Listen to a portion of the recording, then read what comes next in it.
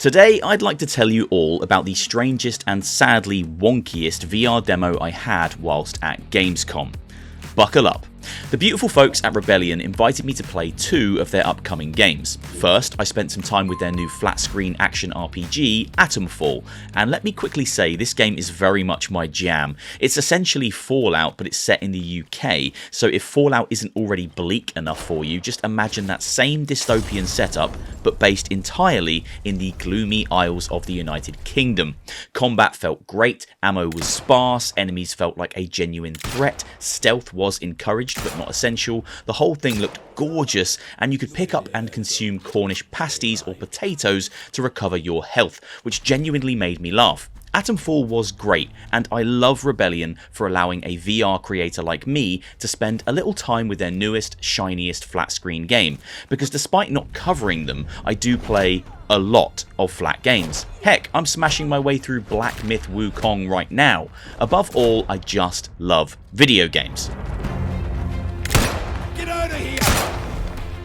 The second game that I went hands-on with whilst at the Rebellion Lounge, and the demo I'd like to talk to you about today, was Zombie Army VR, a ground-up, brand new virtual reality installment in the Zombie Army franchise. Now let me just say, I've played through Zombie Army Trilogy with friends a few times, and I love that game. It sits comfortably in my switch off your brain, bring some friends and blast some monsters category of gaming. It's schlocky, silly and over the top, but it has genuinely great mechanics. The guns feel good, the combat set pieces are tense, the slow motion kill cam from Sniper Elite makes an appearance, and it's a genuinely great alternative to something like Left 4 Dead if you want to mix things up a little bit. Simply put, the Zombie Army games are great fun, but they won't likely appear at the top of any best games of all time lists. They're very solid 7 out of 10s and definitely best experienced with friends. So, with that in mind, a Zombie Army VR game sounds ideal, right? A fun, mindless, virtual reality co-op experience where you get to blow up waves of zombies with authentic World War II era weaponry, occasionally pulling off long-range slow-motion headshots. Well, it might be all of those things. It still could be all of those things, but my hands-on demo at Gamescom was sadly jam-packed with bugs, issues, and some odd choices on behalf of the team demoing the title. Now let me get right out ahead of this and say the people who handled my demos at the Rebellion Lounge were wonderful, beautiful human beings. They were accommodating, excited and friendly, and I don't blame them for my bad demo experience. But somewhere along the way, choices were made that I can't quite understand, and those choices negatively impacted the demo experience, which was already hampered by bugs and issues. Choice number 1. I was not provided headphones for my Zombie Army VR PSVR 2 demo, so I played the entire thing for about 30 minutes with no audio.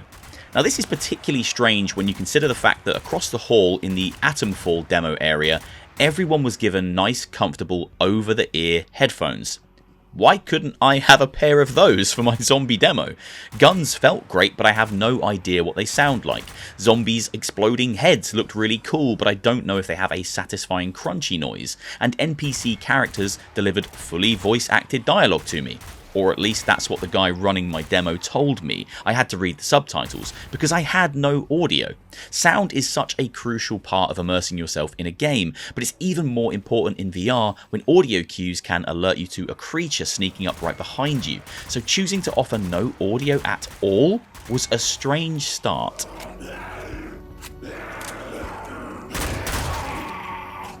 Choice number 2. I played my demo in a room with a large table and chairs that filled essentially all the free space. Imagine a small boardroom for meetings. That's what it was like. This meant I was standing extremely static next to a table and wasn't given ample space around me to move, duck, dodge and truly immerse myself into the experience. It kind of felt like a team demoing VR despite not really understanding how VR works. We should have been standing there with nothing around us in every direction for at least a few feet. If you saw my Batman demo, you'll see I had ample space to swing my arms and get into the action. The same could be said for Behemoth, but here I felt like I couldn't really throw myself into the experience. A learn for next time, but when it comes to VR, we need space to enjoy the experience. I've punched enough bookcases, doors and light fixtures to know what it's like playing VR in a restricted location. Now let's talk about bugs. Zombie Army VR currently has no fixed release date, but it is scheduled to release in 2024. Hopefully that means there is still plenty of time for polish and bug squishing, because if the game was to release in the state I saw it in at Gamescom, I know it would be torn apart by the VR community. Now I am a pretty laid back guy and I can fight my way through jank to find fun. Heck, I think I might be one of the only people in the world who loves Hitman 3 VR on PC, so I'm no stranger to jank. But when my demo involved me personally shutting down the game to go and delete local save data because that was causing a bug that wouldn't allow me to progress, then I think we might have a problem.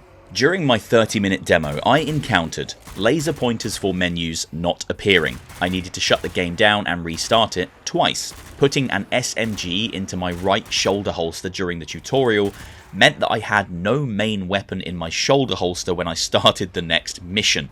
The authentic reload system, and to a lesser degree the manual reload system, is so sensitive that I completely emptied the clip on my bolt action rifle several times because letting go of the bolt after reloading would pull the bolt back again, kicking out my fresh bullet.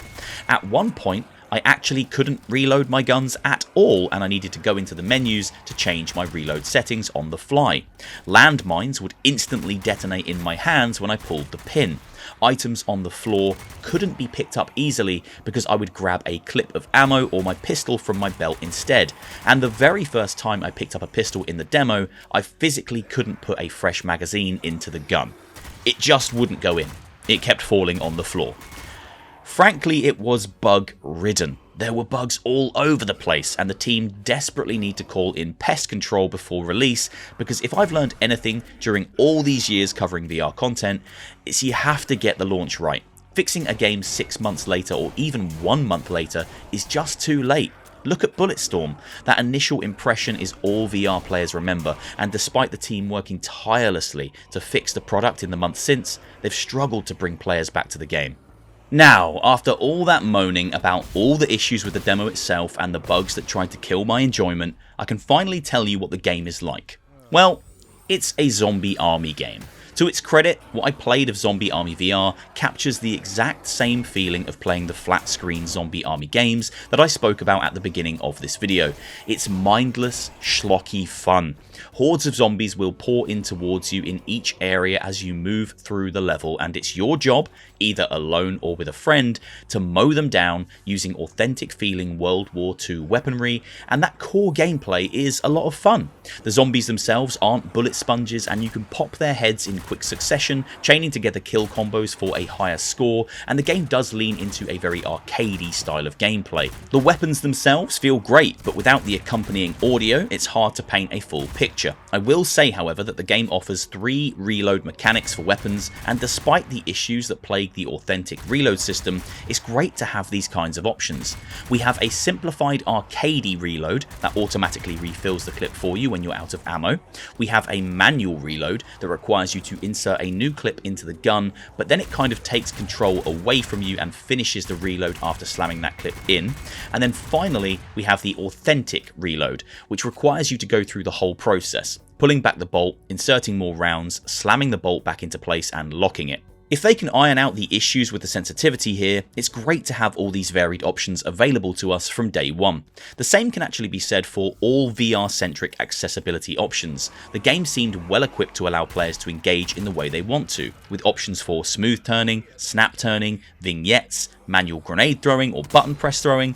It's clear Rebellion and XR Games have taken the time to add most of the options VR players want, but the package it's wrapped in is just a little too rough around the edges right now. One thing I do have to mention, which felt like the team really missing the mark in terms of VR gameplay, was the way in which you store and grab items such as grenades and health syringes. Instead of physically storing and grabbing these items off of your chest or from wrist slots or a physical backpack, You press a button to open a small, floating, flat menu, and you grab them from there. It didn't bother me too much until I really thought about it, and then it just confused me.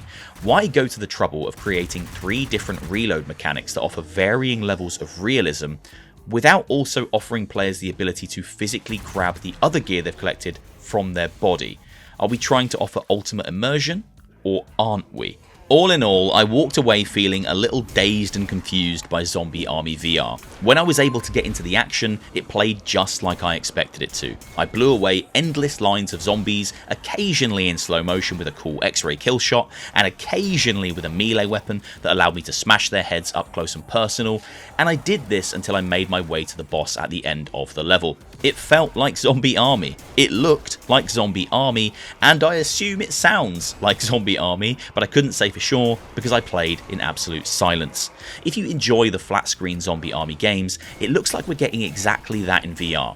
Linear levels with plenty of brain dead ghouls to kill, with a whole host of customizable World War II weaponry in a story that no doubt leans into the silliest and wackiest directions possible. It could be a great co-op zombie shooter that VR players hop into when they don't want to think too much, but it can't be that until it fixes its issues, squashes its bugs, and works on some of the flat game mechanics that are giving it a bit of an identity crisis.